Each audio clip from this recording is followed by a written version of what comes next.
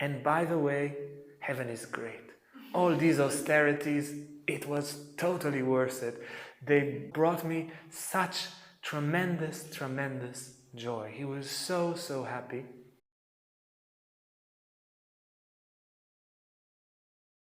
So we will read a prayer from St. Pedro, and then we'll take a moment to connect in the heart, all of us, and to connect to his gigantic spiritual heart, and then we will speak about him. So this is now the plan.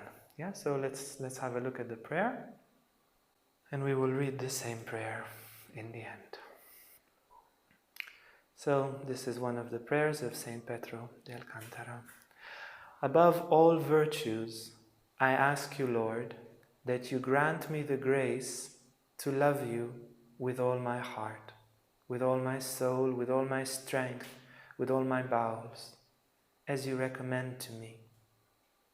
O you who are all my hope, all my glory, all my refuge, and all my joy, O friend of friends, O sweetness of my heart, O life of my soul, O rest and happiness of my spirit, O beautiful and clear day of eternity.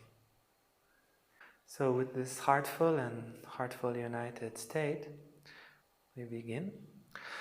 So today is the feast day of the great St. Pedro de Alcantara, a great saint from Spain from the 16th century.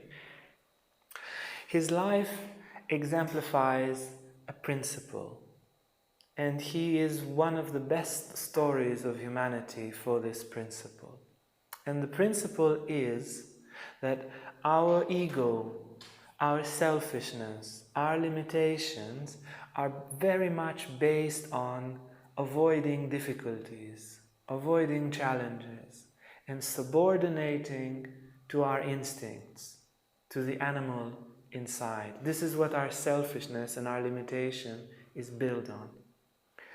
And his life is an example that if you do the opposite, if you don't avoid any difficulty, and you see or you go beyond your instinctual nature, and you don't do it in order to boast yourself, but for the sake of love, you gain the big prize, the biggest prize, spiritual enlightenment. And his life is a roaring example of the power that exists in man, the power of sacredness that can overcome all these selfish and instinctual impulses. So we'll look into his life and then we'll touch on this principle again as a conclusion as we go through or in the end of the story part. He would enter already as a child. He would pray so intensely they couldn't take him out of prayer. They would shake him and this and that. He would just stay in prayer. He was gone when he was praying already as a child. He came to a very wealthy family of believers. His father passed away. He was sent to university in Salamanca, and then he decided, I'm not going to become rich. I'm not going to dedicate my life to name and fame and this material riches. I'm going to be a monk. So he goes and he's determined at the age of 16 to become a Franciscan monk. And it was like all hell came together to stop him. And he had so many difficulties because it was very clear he's going to enlighten many hearts. And as he was trying to get to the monastery, a river was overflowing and there was no way to pass. And he was walking and there was just no way. So he knelt and he prayed and he said, God, I'm having a situation. I really want to get to the monastery. There's this big river. Can you please help me? And his testimony, he says, as I was praying, I found myself on the other side of the river. And it was, try to imagine if you were in such a situation. You prayed before, no? I guess if you are watching, you prayed. Imagine that that's what happens. And he was probably thinking, should I become a monk? People would like me, I have my duties, the family, the this, the that. And now there's this obstacle, maybe I'm not taking the right path, maybe this, maybe that. And then he's praying, and then he's opening his eyes and he's on the other side. And then he was probably, okay, I guess it's very good that I become a monk. When he goes to the monastery, he's like totally immersed into the greatest austerities, into the most hours of prayer, into the least of sleep. And he takes a very, very long time in solitude. His superiors basically force him by holy obedience to become a priest. He becomes a preacher, and he speaks specifically to the poor. He travels on foot. And the greatness of his spirit, the greatness of his word, the greatness of his austerity, of his humility, they come out so big. They appoint him and lift him up to be a provincial. Again, by holy obedience, he refuses. He says, no, you need to be so-and-so age. I'm too young. It's impossible. You're breaking the laws. And every time his superiors say, by holy obedience, you must do as you're told. And he became a provincial. The Emperor Charles V, the Emperor of Spain, who was then 15th century, the 16th century, possibly the strongest person in the world, he decided to quit his job as a king and to go in a monastery and to dedicate the rest of his life for prayer. Also today, as you know, it's very popular. When somebody finishes his job as a president, he goes to a monastery and prays. Most presidents today and prime ministers, they do the same. So this tradition remained, very beautiful tradition remained throughout the ages. And he calls St.Pedro of Alcantara and says, can you be my spiritual guide? Can you be my confessor? And he writes to him, Pedro de Alcantara, please, please, please don't force me. Everybody forces me to do things. Please don't force me. You can find somebody much better. Please, please. And King Charles doesn't force him. But just to understand both the greatness of the spirit, and he was a pivotal light of Christianity in that time, and also his humility. After a long time in isolation, in a hermitage, he looks at the Franciscan order and he says, it's not how Francis would have wanted it. Francis in Porioncoli, they lived in a kind of barn. The donkey would come and sleep there with them. Long Ears was called the donkey, and they really didn't have anything, and they wouldn't keep anything for tomorrow. And they really lived like Christians, like it's written there in the Gospel, and so forth. And then the Franciscan order, everybody saw these are the real Christians. Now, if I want my soul saved, I should give money to these guys, not to those fat priests. So they gave all the money to the Franciscans. And then when Francis was alive, he didn't allow anyone to build big and to make luxurious things. But when he passed away, they said, yes, we are Franciscans. We can't own, but the monastery can own. And then the monastery owned, and then all the monks, they were the fattest and the biggest. And St. Pedro, he says, let's return to the way of Francis.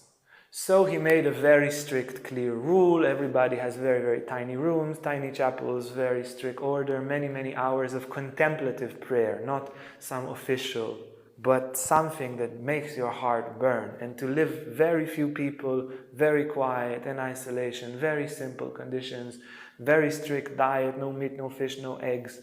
Only if you're very sick you can eat these things, and so forth. And he walked barefoot to Rome, to the Pope, and he says, look, I want to do this. Do you approve? And the Pope said, yes. So he started a new order. They still exist. They're called Alcantarinis. It was after his name. He didn't name it himself, but that's how he came out. His famous moment in his life, it was actually when he was a big celebrity and she wasn't yet, when he meets Terese of Avila. He meets Terese of Avila in her lowest point. He is the savior of Terese of Avila. Terese of Avila is in the following situation. She has a revelation of Christ. Christ tells her, you must make a reform of the Carmelite order, make new kind of monasteries, which will be convents, which will be much more strict, much more spiritual, much more poor, much less social, much less political. And you have to live on alms. You have to live on donations. If people give you, you eat. If nobody gives you, you don't eat. So she's a follower of Christ. She's doing that. But then everybody, the whole city of Avila is against her. Her confessors, her spiritual guys, they all say it's not Christ talking to you, it's the devil and you're possessed and it's the time of the Inquisition, and they can also chop your head or other parts for seeing visions of the devil. So she's standing between everybody and Christ, and she's a bit shaken, and everybody's shaken. One of her friends arranges a meeting. 8 days they meet, Terese of Avila and Pedro de Alcantara. In Pedro de Alcantara, he finds a friend. He has such a spiritual level that he was a little bit far from everyone. And when he sees her, he sees, oh, somebody understands me, somebody experiences the same. And then Pedro de Alcantara had a spine, had a real spine. So he writes very angry letters, very firm to everyone, saying, this is not the devil, it's Jesus Christ talking to her, you support her. And he is the great saint, nobody argues with him. When he said it, that's that. It's done.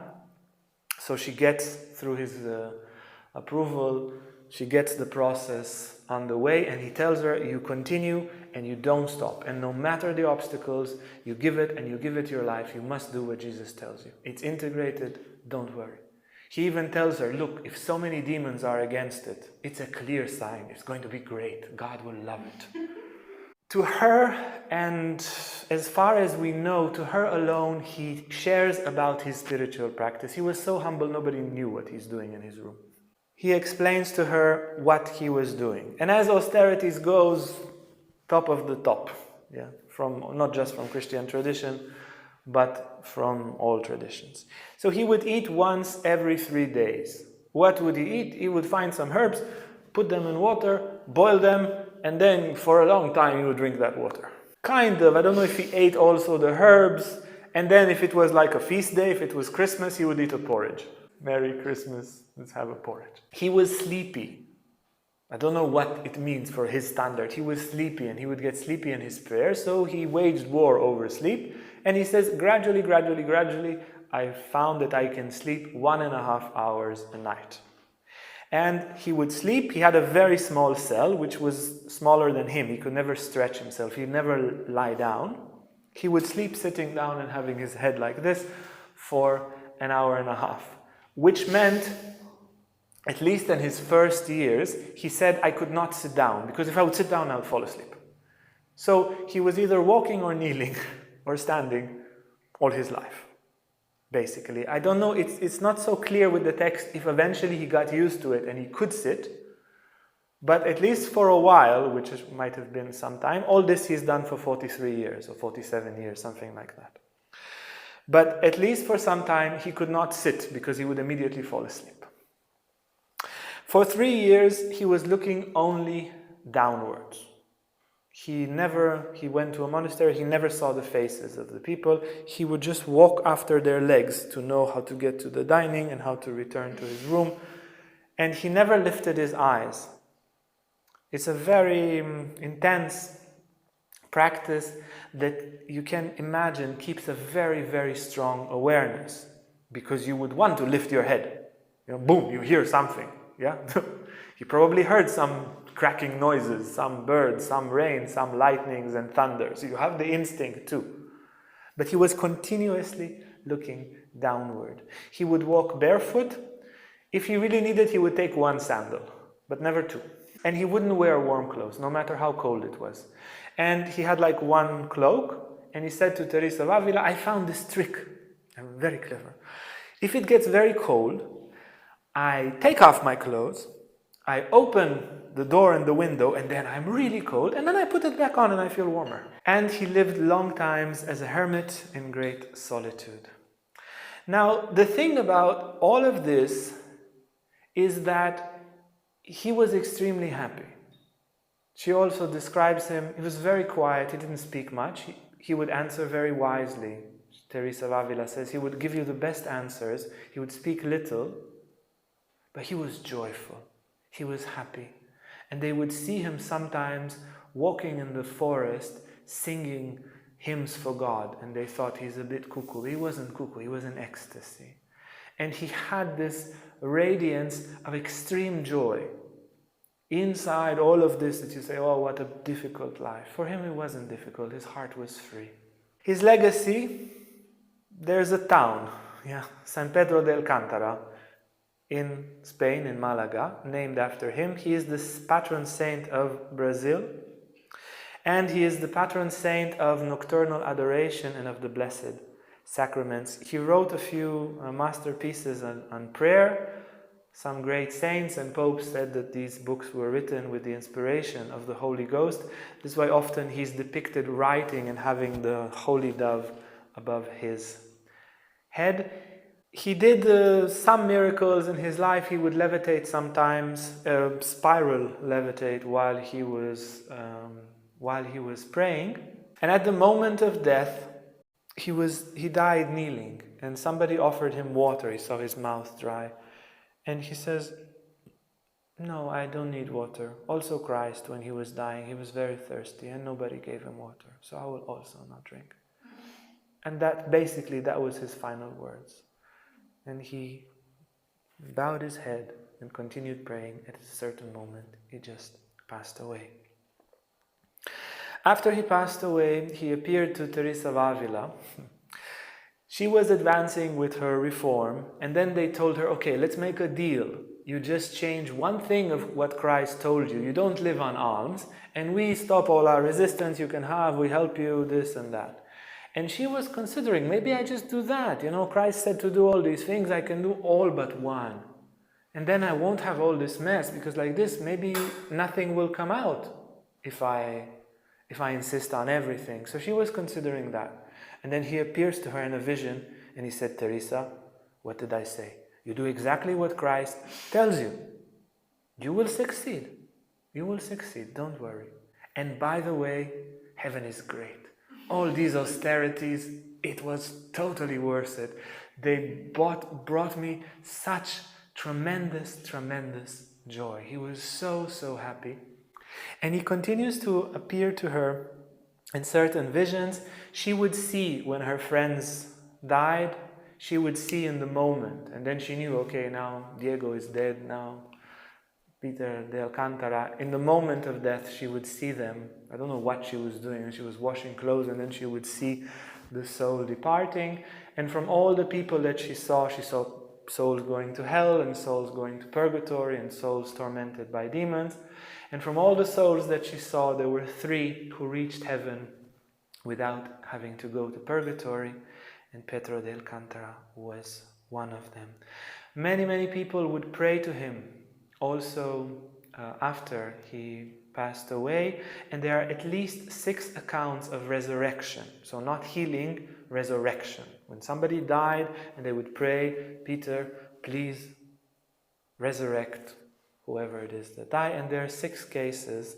They are normally quite firmly checked when the church is checking them. So there are 6 cases of resurrection made by him.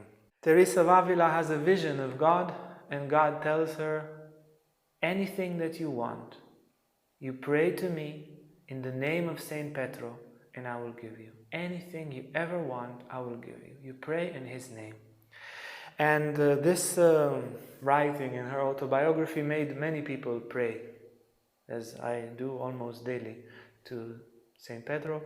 And many, many people received great favors and grace and even miracles in his name. He acquired so much merits by his great austerity that he has now in heaven this tremendous, tremendous spiritual power.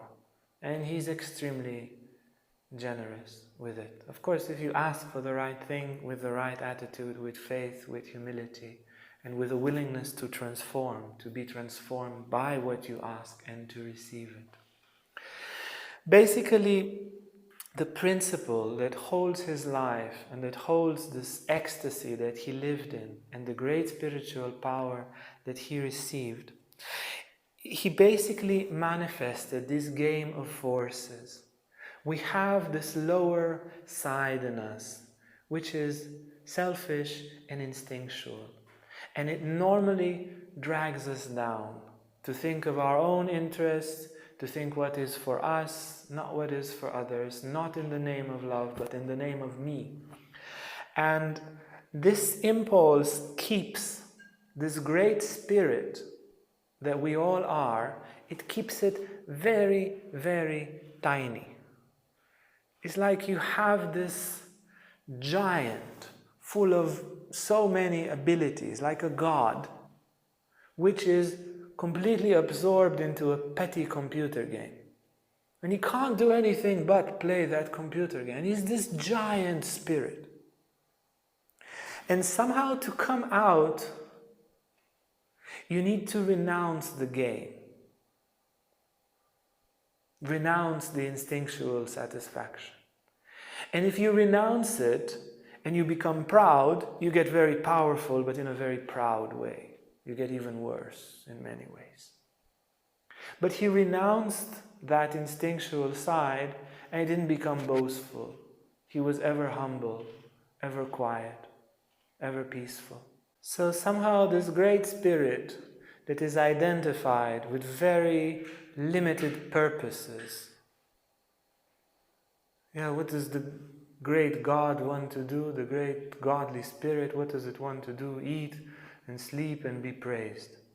And if this is your limit, then you become that small, if these are your goals. And to crack open from these petty goals and to return to the spirit, as you may have noticed, is quite a thing. It takes some friction. It takes some... it's like being born. You saw how it is to be. You saw once a birth. It's bloody, it's painful, it's screaming, it's difficult. Also this. And he was extremely sharp, extremely clear with his power of austerities and extremely firm in his conviction. I am a spirit, not this body. I am a soul. And this body, now that I'm intertwined with, inwardly I will become free from it. And he used these great austerities, and they were a constant proof, all the time looking down, all the time sleeping like this, all the time looking like that. It was a constant proof that he's not, that he's beyond this body. And this relationship with society, when everybody wants to praise you and you choose the humble route without being boastful about your humility, you just choose the humble route, then you firmly say, also the social entity I am not. And then this mysterious spirit of love that you can't see in the mirror, that nobody can see, and yet you feel it and you know you are that. That's where he was. And that's why inside of such austerities, he was so extremely happy, extremely joyful, extremely peaceful. Terese of Avila, she would make jokes about the saints that she loved. John, St. John of the Cross, was so short, she would say, oh, he's the half-priest. And Pedro de Alcantara, he was so dirty. He says, when I see you, I don't know where the street ends and you begin. You look like the street. So just to show that they had fun. And they lived a joyful, saintly life together. And they could make fun of each other. And now with the glory of St. Pedro's spirit, we will read again his prayer and try to connect to his very sweet Christian heart. Above all virtues, I ask you, Lord, that you grant me the grace to love you with all my heart, with all my soul, with all my strength, with all my bowels, as you recommend to me.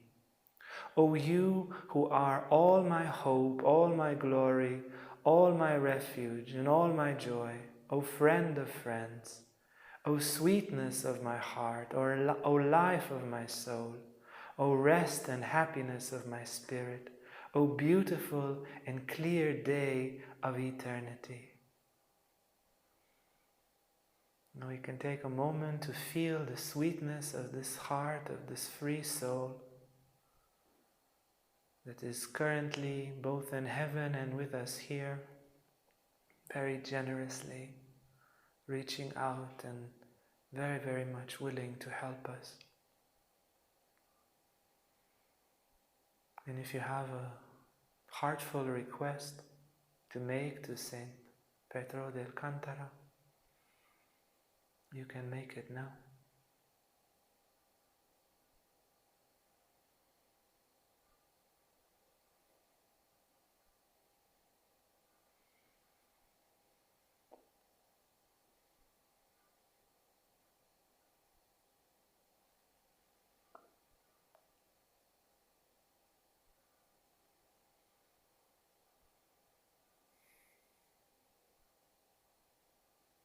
And you can feel, just become receptive and feel his sweet answer without any doubt.